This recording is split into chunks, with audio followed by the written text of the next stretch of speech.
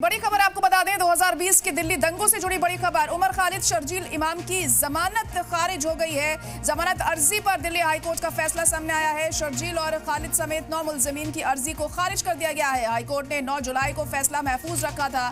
तो बड़ी और अहम खबर इस वक्त आपको बता रहे हैं। दिल्ली दंगों में इन पर तमाम इल्जाम लगे थे। 2020 में जो दिल्ली में दंगे हुए थे, उमर खालिद और शर्जील इमाम की जमानत अर्जी को अब खारिज कर दिया गया है। बड़ा झटका इनके लिए, उन तमाम 9 लोगों के लिए जिन्होंने अर्जी दाखिल की थी हाईकोर्ट में राहत की उम्मीद लेकर। लेकिन अब ये बड़ी खबर सामने आ रही है कि इस अर्जी को खारिज कर दिया गया है। शर्जील इमाम और उमर खालिद की अर्जी खारिज हुई है और 9 मुलजमीन की अर्जी भी खारिज कर दी गई है। हाईकोर्ट ने 9 जुलाई को यह फैसला लिया था और इसे महफूज रखा था और आज ये फैसला सामने आया है और जमानत नहीं मिली है इन सभी लोगों को। आपको बता दें कि 2020 में दिल्ली में दंगे हुए थे और उसमें उमर खालिद, शर्जील इमाम और तमाम लोगों को मुलजिम माना गया था, जिसके बाद लगातार ये जो मामला है कोर्ट में चल रहा था और इस मामले में 9 जुलाई को फैसला लिया गया था और 9 जुलाई को इस फैसले को महफूज रखा गया और आज ये फैसला सामने आया है। तो बड़ा झटका लगा है उन सभी लोगों को जिन्होंने ये अर्जी लगाई थी उम्मीद के साथ कि उन्हें जमानत मिलेगी, लेकिन अब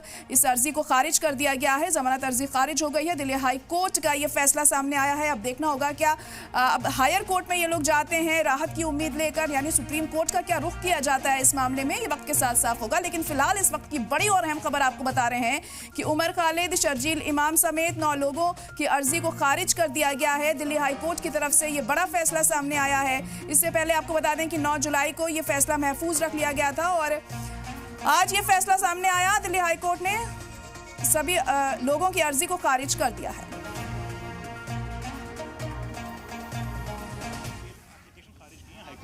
Sir, in English also, what has been the order from the court? The order has been all the appeals have been dismissed. We had taken grounds of massive delay in trial, but even then the High Court has seen it fit to dismiss the bail appeals and the bail applications. We will approach the Supreme Court immediately against this, and we are hopeful of a sympathetic hearing from the Supreme Court. आप किसकी तरफ से पेश हुए? On behalf of Gulfisha Fatima. कितने निराश हैं इस आदेश से? काफ़ी निराश हैं। देखिए, इतने साल हो गए, तकरीबन 6 साल हो गए लोगों को कस्टडी में, 5.5 साल हो गए। तो उम्मीद तो थी कि अब ये स्टेज आ गई है बेल की। खैर, सुप्रीम कोर्ट जाएंगे और सुप्रीम कोर्ट से हमें पूरा भरोसा है कि हमें अच्छी हियरिंग मिलेगी और हमें रिलीफ मिलेगा।